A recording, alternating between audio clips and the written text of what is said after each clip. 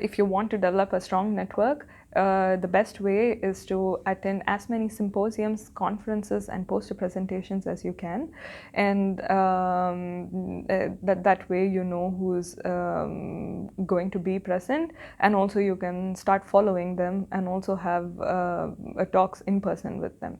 So attending in person is very essential, but also on the other hand, behind the computer, your work is also important, meaning you can connect via a platform such as LinkedIn and ResearchGate. So these two are extremely essential. For example, if you meet someone or a group of researchers that are very important for your future line of work, you can just connect to them on LinkedIn or ResearchGate, and almost everyone is open to this. Talk to your colleagues in the first place. They will typically have great ideas, even if they are studying topics that are not entirely related. They may work on the same kind of methodology. So talk to your colleagues at first.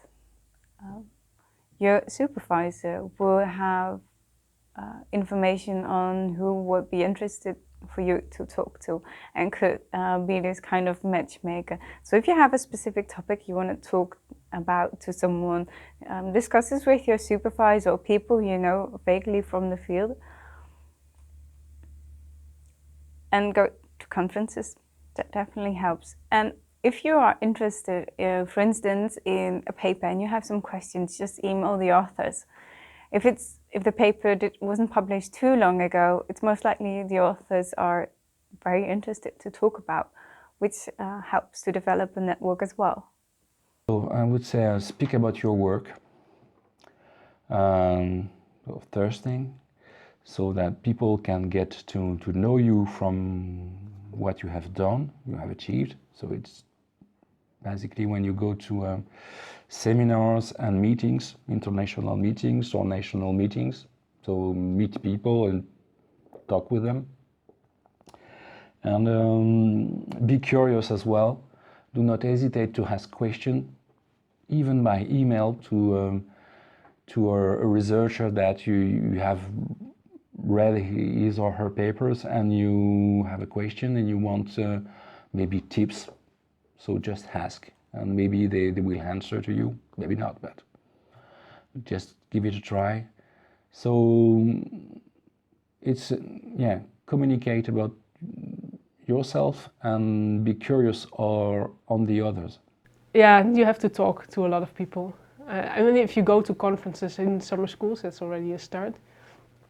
And you have to be, just discuss with people your research. I think it's important. It has also a bit to do with personality. There are persons that are very easy, can easily make networks and collaborations, and some a bit less. But if you talk to people and discuss your research and maybe ask for collaborations. Well, let yourself be known.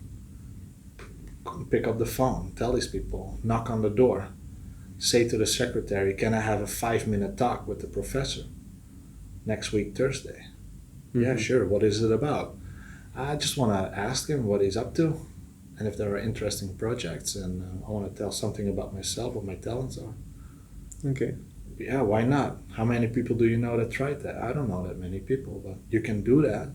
You can still do that. That would be way more valuable. Make friends with the engineers and the chemists. Talk to them. Yeah, just be a human being, I would say. And then things will come, yeah.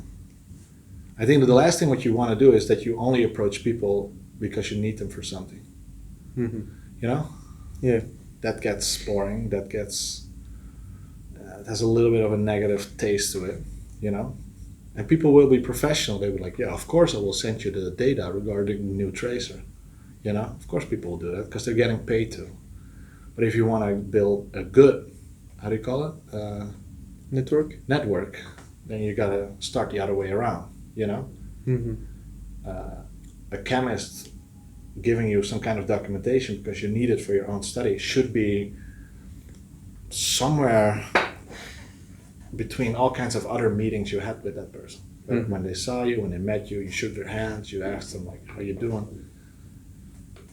I think that's way more human and natural. And I can see that we don't always have the those kinds of connections are not always available, especially during Corona, when there's a lot of online and off-site kind of communication. Yeah, then it's hard, and I don't know how to fix that. Yeah. And otherwise, I also join several groups. There always be a certain group of people who do data science, and they always form these kind of groups. And then I sometimes also go for their meetings, not conference. I mean, not international conference, but for instance, people do data science in Netherlands, and they have this kind of community. It's always good to do it that is outside your PhD. So yeah, okay. I think within your research, you probably want to meet people in the conference, and otherwise you can also meet people a local group. For me, it's easy to say, because one of my supervisors, Marcel, is so networking. It's really amazing. So I think that in my case, a great job was done by my supervisors here. So they really connect you with people who are from the field of your interest. And this is important. But I also think that you have to express that to your supervisors. Because if you are not saying that it's important for you, or if you don't state clearly that in the future you want to work in the industry, so it's important for you to meet people from this and this field, they don't really know that. I mean, they are not sitting in your head. They cannot read your mind.